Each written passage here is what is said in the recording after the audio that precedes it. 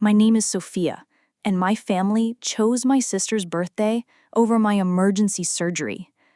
I will never forget the moment I woke up from anesthesia, alone in my hospital room, while my phone kept buzzing with photos of the party I had organized. Everyone was there, laughing, celebrating, living. And there I was, recovering from surgery, abandoned by every single person who was supposed to love me. The nurse asked if the party in the photos was my family's, and I looked at those people who were too happy to remember I existed. But when Grandma's will was read 3 months later, no one was prepared. It was 11:15 p.m. when I finally managed to kick off my shoes and plop down on the couch in my living room. 16 hours of double duty at Cedar Falls Memorial Hospital had left my body aching and my mind exhausted. But before I could even relax, my phone began vibrating insistently in my bag. 3 missed calls from Madison. I sighed deeply, already knowing what this was about. It was October, and my little sister's birthday was approaching like a storm I could see coming from afar. Every year, it was the same. Madison would go into a complete panic about her party, and I would automatically become the official problem solver for every problem she created or imagined. I reluctantly picked up my phone and saw the 5 messages in the Carter family group that I hadn't asked to be a part of, but had somehow become the unofficial admin of. Madison had sent a long and dramatic audio message. "Guys, you're not gonna believe this. The venue canceled my party. They said there was a misunderstanding with the date. I'm literally crying here. I don't know what to do." Then my Aunt Carol, "Wow, Madison, that's awful. Sophia, don't you know everyone in town? Can't you find a way? You always manage to work these things out." And my brother-in-law Ryan added, "Yeah, Sophia always manages. She has a knack for these complicated situations." I looked at my phone screen and felt that familiar heavy feeling in my chest. It wasn't anger exactly, it was something more tired and resigned. As if I was a tool that everyone knew where to find when they needed it, but that no one remembered to take care of or think properly. I got up from the couch, my feet still aching, and grabbed my phone book. I knew I would end up calling 3 or 4 places until I found a replacement from Madison's salon, not because I wanted to, but because if I didn't, no one would. And in the end, it would be my fault if her party was a blur of networking, negotiations, and running around town. I found a better venue than the original, Lakeside Events, which overlooked the lake and was more expensive, but which agreed to give me a discount because I had helped the owner's daughter when she was in the hospital with pneumonia. Madison was elated. "Sophia, you're amazing! How did you get there? This place is so much better than the other one." I didn't mention that I had to use my personal contacts or that I spent 3 hours on the phone convincing the manager. I also didn't mention that I used my credit card to make the down payment because Madison was a little tight that month. Throughout the week, my role was clear. I executed, Madison approved or disapproved.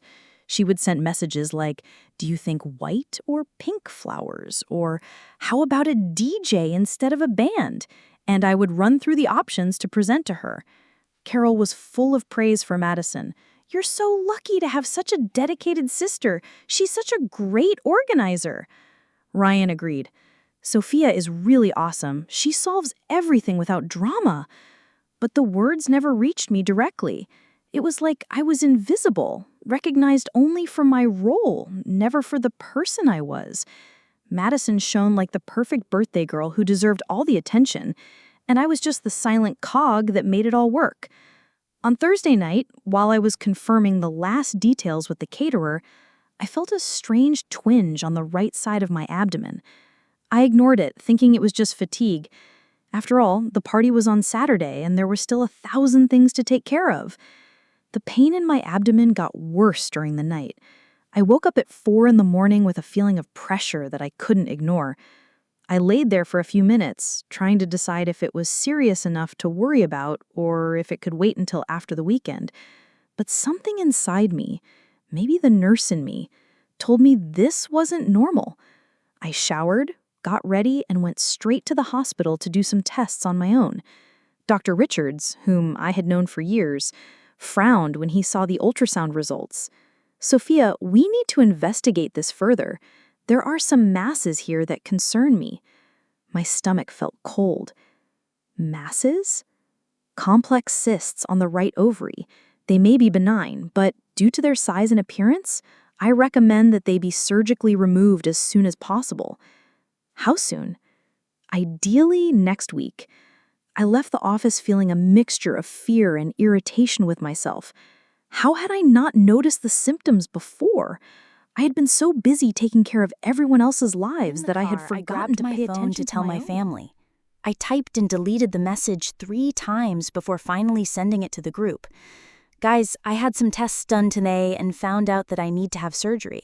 Nothing too serious, but it's for next week. Madison's response came in seconds. Wow, that was scary. But next week? Not the week of my party. Carol, what terrible timing, Sophia. Can't you reschedule for later? Ryan, wow, that's tough luck, but is it really urgent? I looked at the messages and felt a bitter laugh rising in my throat. The first concern hadn't been for me, it had been for Madison's party. I spent the weekend putting the finishing touches on the party while trying not to think about the surgery. Madison was beaming, trying on dresses and posting photos of the preparations. She mentioned my medical condition only once, when she was choosing between 2 lipsticks. You'll be okay to come to the party, right? I mean, even after the surgery. The surgery is on a Thursday, Madison. Your party is on Saturday. I'll recover quickly. Oh, that's great, because it would be really weird if you weren't there. You organized everything. It was like I was an employee who needed to be there to make sure everything went smoothly, not her sister who was about to have a surgical procedure. On Sunday, I called the hospital and scheduled the surgery for Thursday of the following week. Dr. Richards said it would be a laparoscopic procedure, relatively straightforward, but that I would need to be kept under observation for at least a day. Do you have someone to accompany you? He asked. I do, I lied automatically. But as I drove home, I realized I didn't know if I really had it. My family was completely absorbed in the preparations for the party. Would it be too much to ask for someone to stay with me at the hospital for a few hours? I decided I didn't need to ask. They would offer, like a normal family would. They would ask if I needed anything, if I was scared, if they wanted someone to go with me. Monday arrived At least, with a that's what I string of wanted to frantic messages from Madison. The florist had mixed up the dates and was delivering the flowers on Friday instead of Saturday. DJ was out sick and needed a replacement. The decorator wanted to charge extra for working on the weekend. I spent the day solving each crisis as if it were my own event. I found a new florist, convinced the DJ to send his partner, negotiated with the decorator. By evening, I was exhausted, but everything was under control again. Madison called, ecstatic. "Sophia, you are an angel. I don't know what I would do without you." "You're welcome," I replied, massaging my temple where I felt the beginnings of a headache. "Oh, and how are you with that surgery and everything?" "Nervous," I admitted. I've never had surgery before. "Ah, but that's nonsense, right? The doctor said it's simple. You're strong, you'll be fine." Strong. It always comes back to that, as if being strong means I don't need support, affection, or concern, as if being competent makes me less human. "Madison," I began, gathering my courage, "do you think someone could come with me to the hospital on Thursday, or at least stay with me after the surgery?" There was a pause.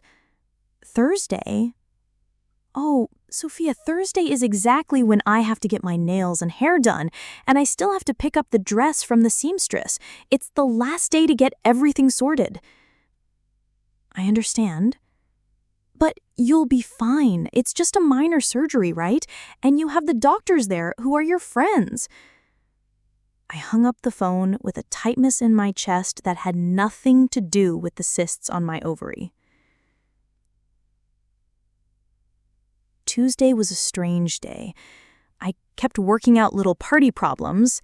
The tablecloth was the wrong color, I needed more chairs, the cake needed to be bigger, but a part of me was distant, watching it all as if it were a movie. I realized that no one in my family had asked me any details about my surgery. No one wanted to know what kind of anesthesia I would have, how long it would last, or what the risks were. Madison would post Instagram stories showing the preparations, and I would appear in some as my organizing sister in her saving life, the day again. useful in solving problems, but not interesting enough to be the focus of attention. That night, I tried calling Carol. Maybe a more mature figure in the family would understand the situation differently. Hi, honey. How are the preparations going? Madison is so excited. They're doing well. Carol, I wanted to talk about Thursday. Oh, yes, your little surgery. It's a good thing it's before the party. Imagine if it was after, you'd be upset about missing it. Actually, I was wondering if anyone could. Oh, Sophia, you have to see the flowers Madison picked. They look beautiful. She has such good taste. The conversation naturally drifted to the details of the party, and I never got to finish my sentence. It was as if my surgery was just a minor inconvenience in the big event that really mattered. I lay there that night with a strange feeling of loneliness, even though I knew there were people who cared about me, or at least who cared about what I did for them. Wednesday came too quickly. It was my last day before surgery, and the messages from family were more intense than ever. Madison was in a complete panic because it had rained overnight, and she was paranoid about the weather on Saturday. What if it rains on my party? What if it ruins everything? Sophia, you need to have a plan B. I spent the morning researching emergency tents and checking the weather forecast, which thankfully predicted sunshine for the weekend. I also checked with all the vendors, reviewed the guest list, and resolved 3 minor crises that had arisen during the day. That afternoon, I finally found the courage to be more direct. I sent a message to the family group. Guys, since I have surgery tomorrow, I was wondering if anyone could stay with me at the hospital, even if it's just for a few hours. The answer came in sequence. Madison. Oh, Sophia, you know Thursday is my beauty day. I have appointments at 3 different places. I can't cancel at the last minute. Carol. Honey, I'm organizing the flowers and decorations. Madison needs everything to be perfect for tomorrow night. Ryan. Dude, I'm looking for the sound equipment. Your sister is going to kill me if anything goes wrong. Something die a little inside me. It wasn't anger, it was something deeper and colder. It was the realization that when I really needed it, I would be alone. I typed and deleted several responses. I wanted to write that I was scared, that I had never been through this before, that I needed to feel like someone cared enough to be there. But in the end, I just sent, "It's okay. I understand." Madison immediately responded, "You're awesome for understanding. Tomorrow night, you'll see how beautiful the party was. It will be worth all this work." I turned off my phone and looked out the window. The sun was setting, painting the sky orange, and I felt like I was watching everything from afar, like I was a spectator in my own life. Thursday dawned gray and cold. I woke up at 5 in the morning with a knot in my stomach that had nothing to do with the pre-surgery fast. I showered, put on comfortable clothes, and grabbed my bag with my medical documents. In the car, I tried calling Madison one last time. Maybe at the last minute she would change her mind. Maybe she would realize her sister needed her. "Hello?" Her voice was sleepy. "Madison, it's me. I'm going to the hospital." "Oh, hi. What time is it? Wow, you're really early." 7. Surgery is at 9. "Oh, yeah. Well, good luck. I'm sure everything will work out." There was a pause. I waited. She waited. Finally, I asked, "Are you sure you can't come, even if it's just to stay with me until I get into the room?" Oh, Sophia, my day is super busy. You understand, right? It's my birthday tomorrow. And you're strong, you'll be fine. Sure, I understand. You can tell me how it went later. I'm really nervous about the party. I hope everything goes perfectly. I hung up the phone and drove in silence to the hospital. In the rearview mirror, I saw my house growing smaller in the distance, and I had the strangest feeling that I was leaving more than just a when I physical arrived at place Cedar behind. Falls Memorial. The parking lot was nearly empty, and my footsteps echoed in the quiet hallway. At the front desk, a nurse I didn't recognize greeted me with a professional smile and directed me to the pre-op room. I sat on the hospital bed wearing the light blue gown and looked at my phone. No new messages, no missed calls. No one asked if I had arrived safely or if I needed anything. It was then that I heard familiar footsteps in the hallway. Dorothy Chen, the veteran nurse who had worked with me for years, appeared in the doorway with 2 cups of coffee and her warm smile. "I came to wish you luck, honey," she said, handing me one of the glasses. I looked at her and felt tears well up in my eyes. "Dot, you didn't have to." Of course I did. No one should be alone at a time like this. And as she sat in the chair next to my bed, telling me silly stories to distract me, I realized that Dot had done something my own family couldn't. She had shown up. There in that hospital room with a friend who saw me as a priority, I finally understood what it meant to not be alone. And I also understood for the first time with absolute clarity what it meant to be abandoned by someone who was supposed to love me unconditionally. At 8:40, a nurse came to take me to the operating room. Dot squeezed my hand one last time and whispered, "I'll be here when you wake up, honey." As I walked down the aisle, I picked up my phone one last time. No texts, no "good luck" or "we're thinking of you." The family group was silent, probably because everyone was busy with the final preparations for Madison's party. In the operating room, Dr. Richards greeted me in his easygoing manner. "Ready, Sophia?" "Ready," I lied, because in truth I felt completely unprepared to be there alone. The anesthesia came as a relief. For a few hours, I wouldn't have to think about the chest pain that had nothing to do with the surgery. I wouldn't have to wonder why my own family had abandoned me when I needed them most. Before I blacked out completely, my last thought was a bitter irony. Maybe it would be better to be unconscious anyway. At least that way, for a few hours, I wouldn't feel the loneliness. The last thing I saw was the white ceiling of the operating room, and I wondered if anyone was thinking about me at that very moment. Probably not. I woke up with a dry mouth and a dull pain in my abdomen. The room was silent except for the constant beeping of the monitors. For a few seconds, I felt disoriented, not Then it remembering all where I came was rushing back. or why. The surgery, the family too busy to come, Madison's party happening the next day. I tried to move and felt a twinge. A nurse appeared almost immediately. It wasn't Dot. It was someone I didn't know. "How are you feeling, honey?" "Confused," I replied honestly. "What time is it?" 2 in the afternoon. The surgery went perfectly. Dr. Richards removed 3 cysts, all benign. You're going to be fine. I felt a physical relief, but emotionally I still felt empty. Did someone call asking for me? The nurse checked a clipboard. "No, honey, but Dot stopped by earlier and said she'd be back when her shift was over." I grabbed my phone from the table next to my bed. 2 missed messages. Both from work. Nothing from my family. Absolutely nothing. It was as if I had disappeared from the world and no one had noticed, as if the only thing that mattered in my existence was my ability to solve other people's problems, and when I wasn't available to do that, I simply ceased to exist. I lay back down on the bed and stared at the ceiling. For the first time in years, I had nothing to deal with, no family crises to manage.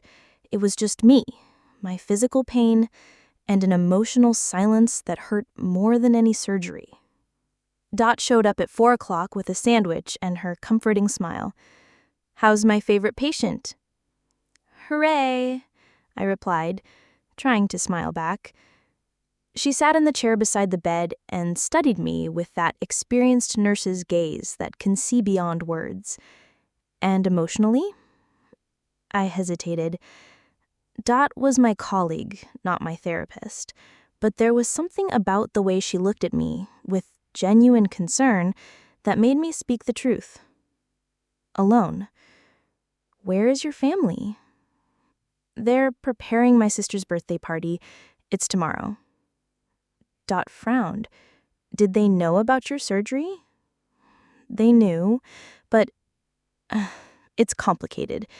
Madison is the younger sister. She's always been the center of attention, and I've always been the one to figure things out. I guess they think I don't need the support. Honey, Dot said, taking my hand, everyone needs support, especially when they're going through something like this. I know, but they don't see it that way. To them, I'm the strong Sophia, the Sophia who always gets the job done, the Sophia who understands when they have other priorities. And are you tired of being strong? The question caught me off guard. No one had ever asked me that before. I'm tired of being invisible, I admitted, of only being noticed when someone needs something. Dot squeezed my hand. You're not invisible to me, honey, and you shouldn't be invisible to your family. We sat in silence for a few minutes. It was a different silence from the loneliness I had felt earlier. It was a comforting silence of someone who was actually present. At 6 o'clock, my phone started beeping with notifications. For a moment, my heart raced. Maybe it was my family finally asking how the surgery went. But when I looked at the screen, I saw that they were notifications from Instagram. Madison was posting stories of last-minute preparations for the party, photos of the flowers arriving, the decorations being set up, her trying on the final dress. One of the photos showed the venue I had secured for her, Lakeside Events, overlooking the lake. The caption read, "Tomorrow is going to be perfect. #grateful, #blessed. I kept watching the stories like someone watching a car accident, knowing it was going to hurt, but unable to stop. Madison posted a video of her trying out the cake, another showing the party favors I had ordered, another of her and Carol discussing the final table arrangements. At no point did she mention that her sister was in the hospital recovering from surgery. It was like I didn't exist in her universe, except when she needed me to fix something. "What are you looking at there that's making you look like that?" asked Dot, who had returned with a hot tea. "My sister posting about tomorrow's party."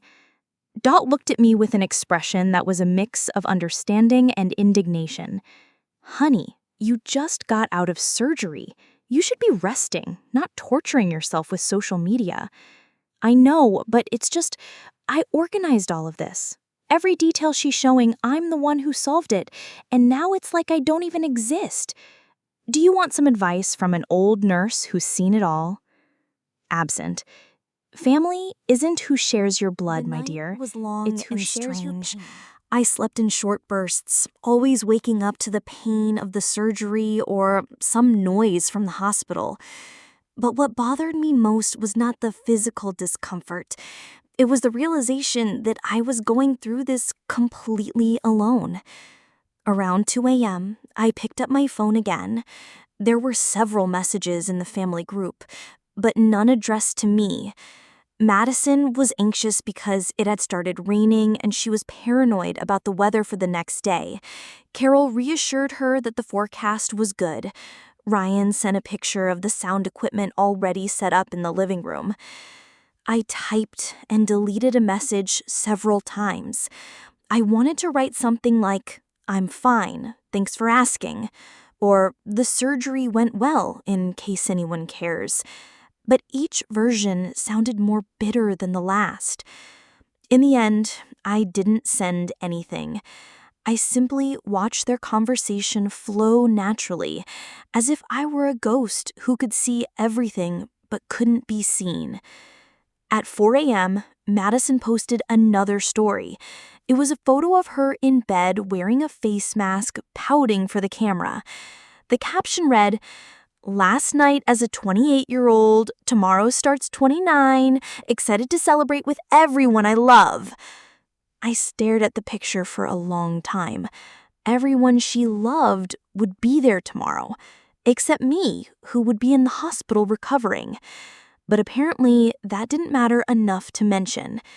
I turned off my phone and put it in the drawer of my nightstand. For the first time in my life, I didn't want to be connected to my family. I didn't want to see their happiness knowing that my absence made no difference. Friday dawned sunny, just as the forecast had promised. Dr. Richards came in early to check on me, confirmed that everything had gone perfectly, and said I could be discharged late that afternoon. "Is someone coming to pick you up?" he asked. "Yes," I lied again because I didn't want to explain that I would probably take a taxi home. Throughout the morning, nurses came by regularly to check my vital signs and pain. They were all kind and professional, but I could feel a subtle difference in the way they treated me. An extra compassion that came from the fact that I was visibly alone. One of them, a younger woman, commented, "What a shame your family couldn't be with you. It must be hard going through this alone." "They're busy," I replied automatically, using the excuse I repeated so many times. A part of me was starting to question why I kept defending people who hadn't taken the time to send a simple message asking how I was doing. At 11 o'clock in the morning, Dot appeared again, this time with flowers. "How are you feeling today?" "Better. Physically, at least. And the rest?" I looked at her and felt like I was seeing a real friend for the first time in my life. Confused, sad, and a little angry with myself. Why? For continuing to expect them to act differently. For continuing to think that this time would be different. The afternoon arrived with a series of notifications that I tried to ignore, but which were impossible to avoid. Madison was posting about the party preparations in real time, and each photo that appeared on my screen was like a stab in the back of my neck. Photos of her getting her nails done, the nails that were more important than being with me in the hospital, photos of her at the beauty salon. Her hair was more of a priority than my surgery. Photos of her trying on the dress, the outfit that justified her absence when I needed her most. At 3 p.m., she posted a photo on her story that made me feel physically sick. It was a selfie of her smiling with the caption, "Ready for the best birthday of my life, surrounded by love." Surrounded by love. The words echoed in my head as I lay alone in a hospital bed, recovering from a surgery she hadn't even remembered to ask how it had gone. Dot arrived at that moment and must have seen something on my face. What happened? I showed her the phone screen. Dot looked at the photo, then looked at me, and her expression became serious. "Honey, you need to make a decision." "What kind of decision?" "Whether you're going to keep getting hurt by people who clearly don't care about you, or whether you're going to start valuing yourself." "Like this? You organized this whole party. You solved all the problems. You did everything so she could have the best birthday of her life. And where is she now that She you was need her?" radiant, happy, perfect, just like she always was, while I stood in the shadows, fixing everything so she could shine. "She didn't even ask how this surgery went," he said quietly. "No! And you know why? Because she didn't have to ask. She knows you always forgive, always understand, always are there when she needs you. She can ignore you because she knows you're not going anywhere." Dot's words hit me like a punch in the gut, not because they were cruel, but because they were absolutely true. At 5 o'clock, Dr. Richards discharged me. I signed the papers, gathered my things, and sat on the edge of the bed, staring at my phone. In theory, I was supposed to call someone in my family to come and pick me up. That's what a normal person would do. But something had changed inside me during these last 24 hours. Maybe it was the conversation with Dot, maybe it was the accumulation of years of being treated as invisible, or maybe it was just the clarity that sometimes comes after anesthesia. I took out my cell phone and opened the taxi app. "Aren't you going to call them?" asked Dot, who had stayed to escort me out. No. Why? I looked at her and felt something I hadn't felt in years. Determination. Because they made a choice. They chose a party over my surgery.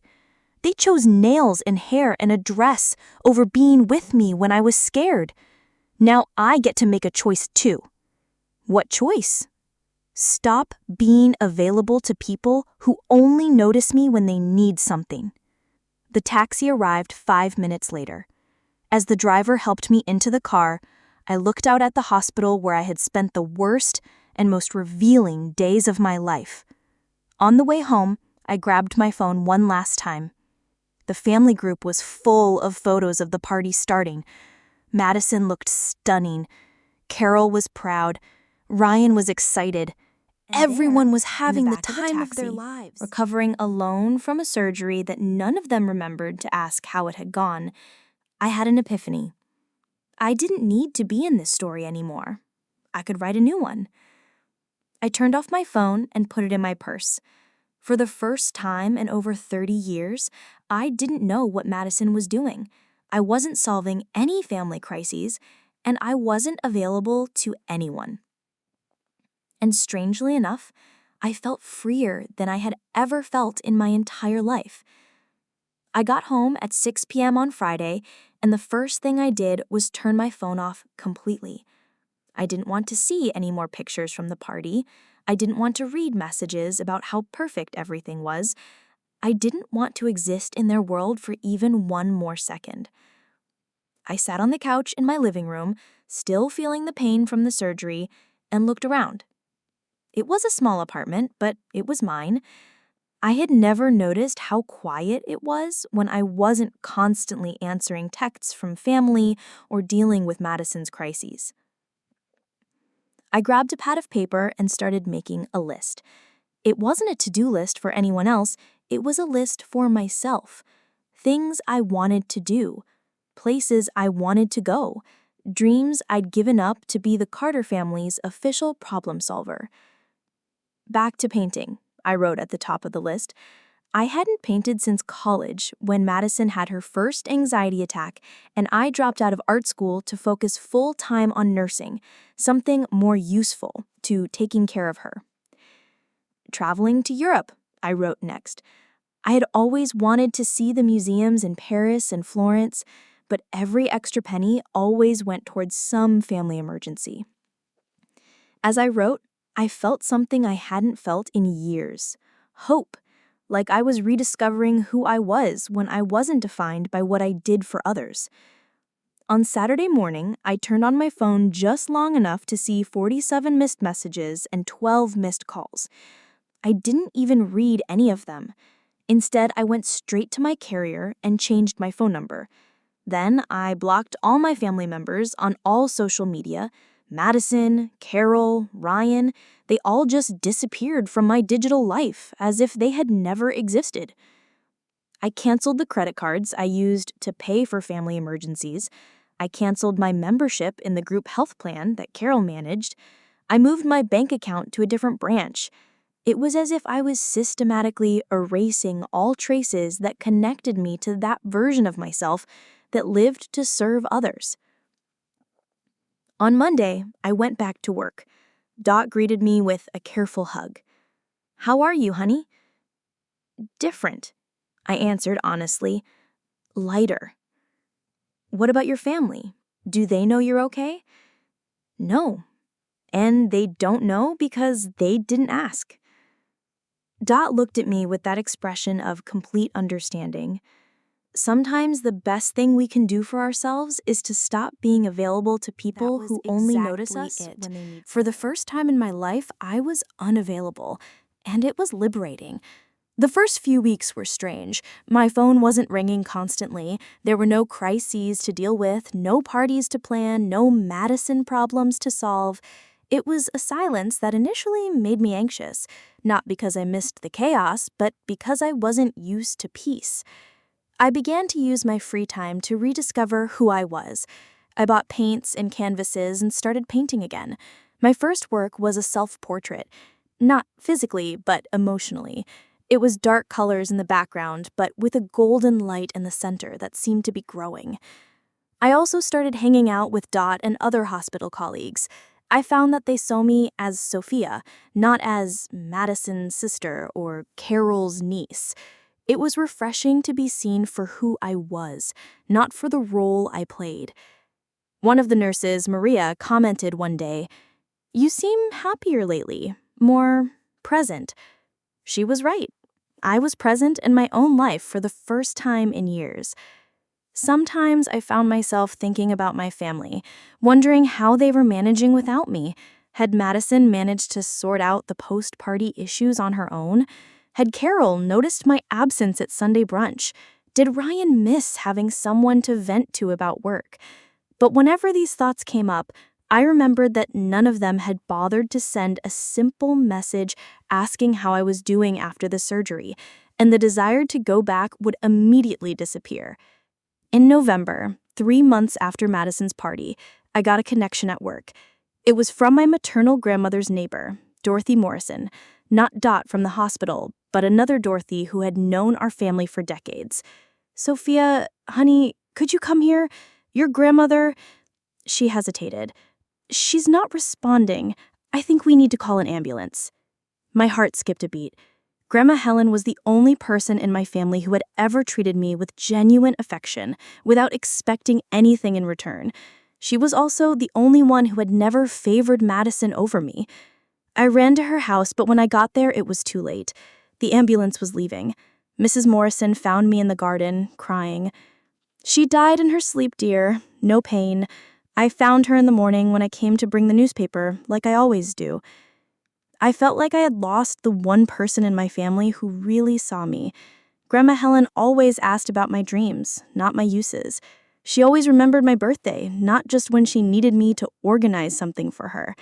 I sat on the porch step where I'd spent hours talking to her as a child, and I cried not only for the loss, but for the realization that I was now Grandma's truly funeral alone in the all by world. myself. Not because anyone asked me to, but because I felt it was the right thing to do. She deserved a proper send-off, organized by someone who truly loved her. I contacted the funeral home, picked out the flowers, wrote the obituary. I sent the invitation to the funeral through Mrs. Morrison, who had the family's contact information. I no longer had any way to communicate with them directly. On the morning of the wake, I arrived at the funeral home early. I wanted to have a few minutes alone with Grandma before the family showed up. I sat next to the casket and held her cold hand. "Thank you for always seeing me, Grandma, for always asking me about my dreams, not what I could do for others. I'll miss you." At 10 o'clock in the morning, they arrived. Madison entered first, dressed in black, her eyes red from crying. When she saw me, she stopped, as if she'd seen a ghost. "Sophia!" She ran towards me, but I stood up and took a step back. "Where have you been? We've been trying to reach you for months. Did you change your number? Why?" I looked at her like I would a distant acquaintance. "Madison?" Carol appeared behind her, visibly agitated. "Sophia, what a scare you gave us. Why did you disappear like that? We had to find out about the funeral from Grandma's neighbor." Ryan was right behind, looking uncomfortable. "Hey, Sophia, long time no see." I greeted everyone politely, as I would anyone at a wake, coldly but respectfully.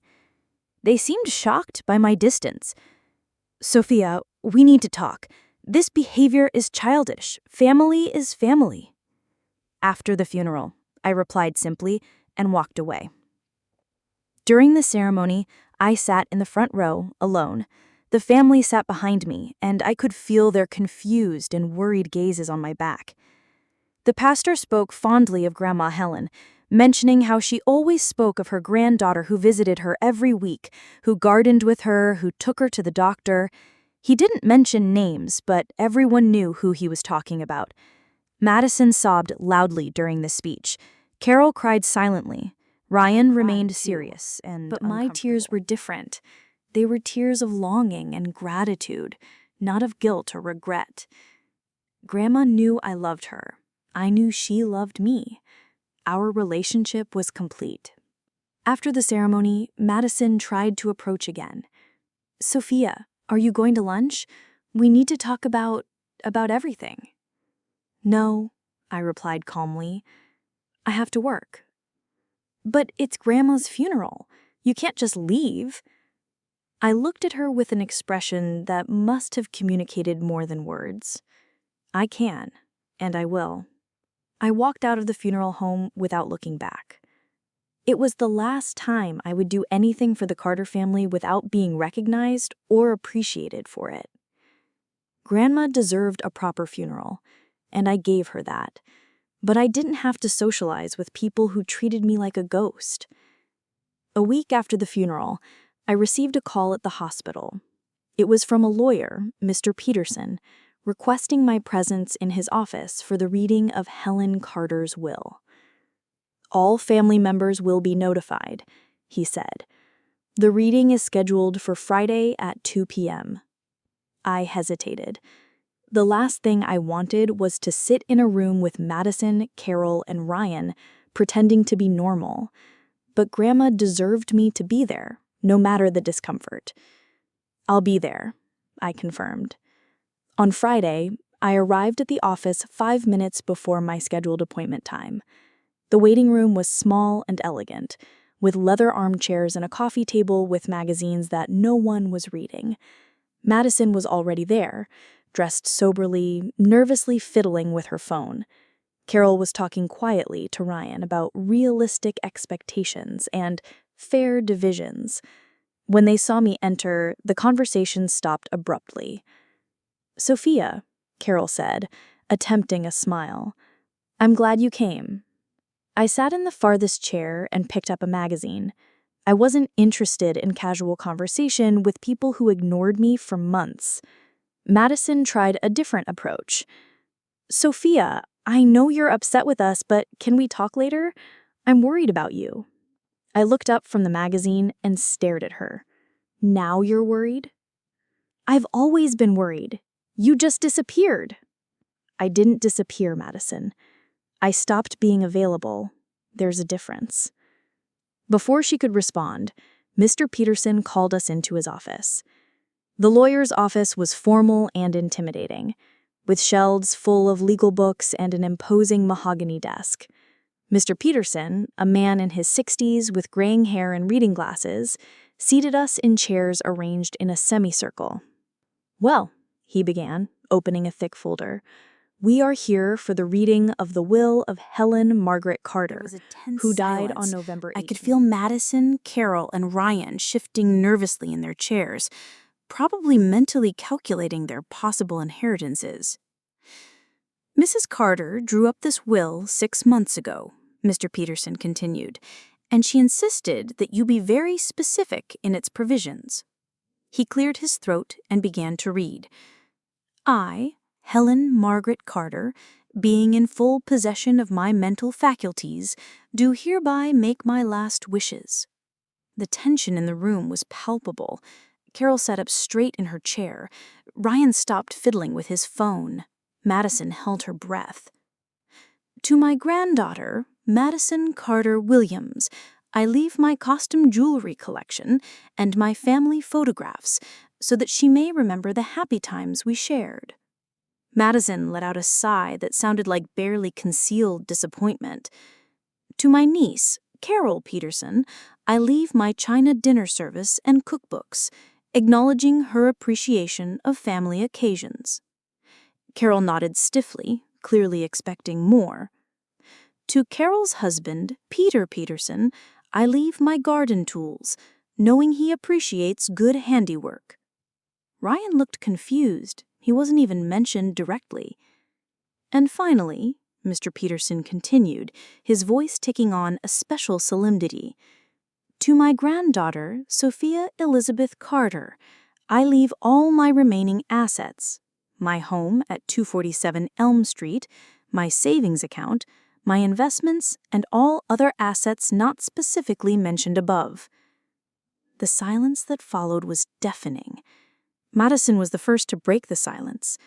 "What do you mean, all the remaining assets? That can't be right." Mr. Peterson continued reading, unperturbed. Mrs. Carter also left a letter of explanation, which she asked to be read aloud. He took out a sealed envelope, carefully opened it, and unfolded a sheet of paper in Grandma's familiar handwriting. Dear family, this may seem a surprising decision to some, but for me it is simply a recognition of a truth I have observed for years. I felt my heart race. Sophia was always the one who would visit me uninvited, who remembered my birthdays without needing reminders, who would take me to the doctor's appointments and stay with me during them. When my arthritis got really bad, it was Sophia who came over every Saturday to do my gardening. When I was scared after falling in the bathroom, it was Sophia who slept on my living room couch for a week uncomfortably to in make her sure chair. I was okay. But beyond the practical actions, Sophia always saw me as a person, not as an obligation. She asked about my youthful dreams, about how I met her grandfather, about my fears and hopes. She cared not only about my physical well-being, but about my soul. Madison began to cry silently. Over the past few months, I noticed that Sophia stopped visiting me. At first I was worried, but then I realized that something had changed in the family dynamic. Sophia seemed exhausted, sad, like she was carrying a weight that shouldn't be hers alone. I looked at my family and saw guilt written all over their faces. I hope this inheritance gives Sophia the freedom she always deserved, but never had the courage to take. I hope she uses these resources to pursue her own dreams, not to solve other people's problems. Mr. Peterson folded the letter and looked at us all. The estate includes the house, valued at approximately $180,000, a savings account with $95,000, and an investment portfolio worth approximately $130,000. Over $400,000? I was in shock. Madison exploded. That's not fair. Grandma was senile. She didn't know what she was doing. Mrs. Carter underwent a full psychological evaluation 3 weeks before her death. She was in full possession of her mental faculties. The will is completely valid. Carol stood up furious. Sophia, you can't accept this. It's family money. It should be divided equally. Ryan finally spoke up. Man, that's a lot of money for one person. You're gonna split it with us, right? All eyes turned to me. For a moment, I felt the familiar pressure to be the understanding one, the one who gives in, the one who puts others' needs before my own. Then I remembered the hospital. I remembered being alone recovering from surgery while they celebrated. I remembered the months of silence, the lack of a simple text asking if I was alive. I slowly stood up and looked at each of them. Share, like you shared with me in the hospital? Madison tried to get closer. Sophia, this is different. How is it different? When I was scared before surgery and asked for someone to stay with me, you picked out nails, hair, and a party. When I woke up alone and in pain, you were posting pictures celebrating. When I disappeared for months, none of you cared enough to try to find me. We tried, Carol protested. You changed your number. You tried when you realized I was no longer available to solve your problems. You didn't try when I really needed you. I grabbed my purse and headed for the door. Grandma knew exactly what she was doing. She gave me more than money. She gave me Carol permission shifted to prioritize uncomfortably my in her own chair. life. But beyond the practical actions, Sophia always saw me as a person, not as an obligation. She asked about my youthful dreams, about how I met her grandfather, about my fears and hopes. She cared not only about my physical well-being, but about my soul.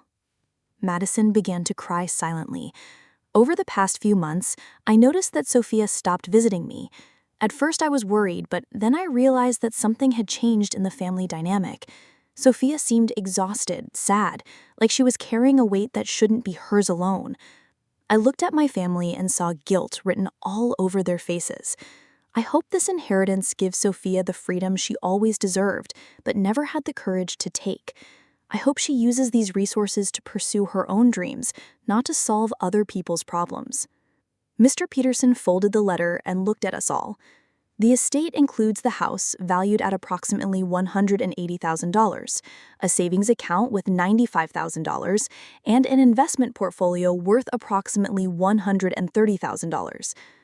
Over $400,000? I was in shock. Madison exploded. That's not fair. Grandma was senile. She didn't know what she was doing. Mrs. Carter underwent a full psychological evaluation 3 weeks before her death. She was in full possession of her mental faculties. The will is completely valid.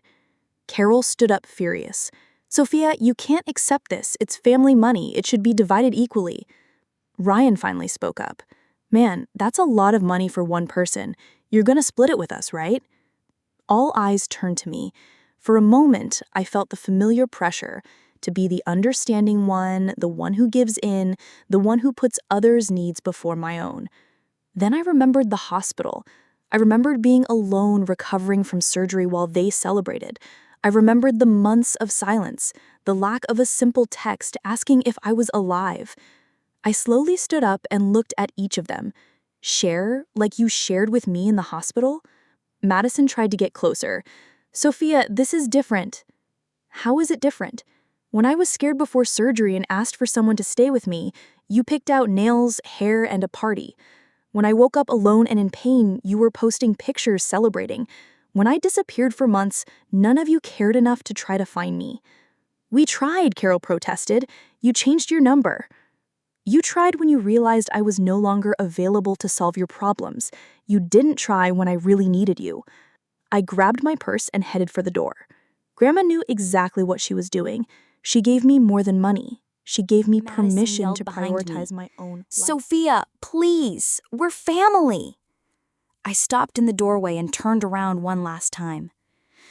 Family isn't about sharing your blood, Madison. It's about sharing your pain. And you chose not to share mine. I left the office and didn't look back. Today, a year later, I sit on the porch of the house Grandma left me. Our home now, painting the sunset over the lake. It's the same view she admired every afternoon, and now I understand why she never tired of it. I used part of my inheritance to go back to studying art, something I had always wanted to do but never had the courage to do. I also traveled to Europe and visited the museums I had always dreamed of visiting. I saw the Mona Lisa up close, walked the streets of Montmartre, and cried with emotion at the Louvre. Dot comes to visit me regularly. She has become my chosen family, the person who genuinely cares about my well-being without expecting anything in return. Sometimes we make dinner together in Grandma's kitchen, and she tells me stories from the hospital while I paint. I'd received a few letters from Madison over the months. Pleas for forgiveness mixed with pleas for money. The last one said she'd finally understood how much she'd always depended on me, how much she had taken me for granted. I folded the letter and put it in a drawer without responding.